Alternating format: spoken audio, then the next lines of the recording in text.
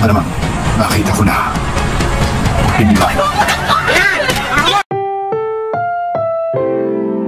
Ang programang ito ay rated SPG. Striktong patnubay at gabay ng magulang ang kailangan. Maaaring may masiselang tema, lengguwahe, karahasan, sexual, horror o droga na hindi angkop sa mga bata.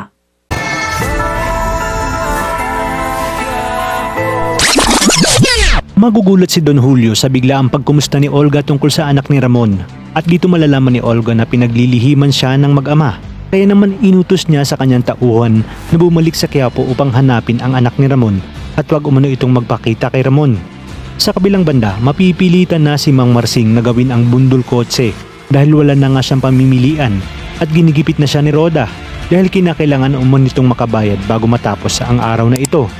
At ang sinubukan niya ang una ay sakto naman na paparating ang sasakyan ni JP, kung kaya't dito ay tuloy na nga siyang nabundol at agad na tumakas si na JP kasama ng kanyang tropa upang takasan nga ang kanilang nabundol na si Mang Marsing. Hindi nakalusot si Tanggol kay Mang Berting matapos kumpiskahin nito ang kanyang baril. Ayon pa kay Berting na sa oras na makasulubong niya ang kanyang kaaway ay tumakbo siya at mabilis na umiwas na lang sa gulo. Sinimulan na nga ang paghahanap ng mga taga-Tondo sa grupo ni Tanggol, habang sina Tanggol naman at Mokang ay dumaan sa simbahan at nagdasal bago pumunta sa pwesto ni Mang Marsing at Aling Nita. Isang mahigpit na yakap ang sumalubong kay Tanggol nang makita siya ni Tinding at Tess, kaya dito na ipinaliwanag ni Tanggol ang nangyari sa kanya tungkol sa napulot niyang droga.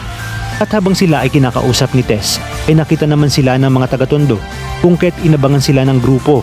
At kahit anong sabihin ni Mokang na umiwas na sila, ay wala na nga silang nagawa kundi mapalaban. Kaya naman dito pahihirapan nila ng gusto si Tanggol, at sakto naman na darating si Ramon at makikita niyang pinagugulpi si Tanggol ng mga taga-Tondo. Kung kaya't dito na magsisimula ang bakbakan sa pagitan ng mga taga-Tondo at ng grupo ni Ramon para nga maipaghiganti ang kanyang nag-iisang anak na si Tanggol. Kaya naman mga kapamilya, kapit lang dahil marami pa tayong dapat abangan. Ito lang sa bagong tinututukan ng sambayanan, ang FPJ's Batang Quiapo.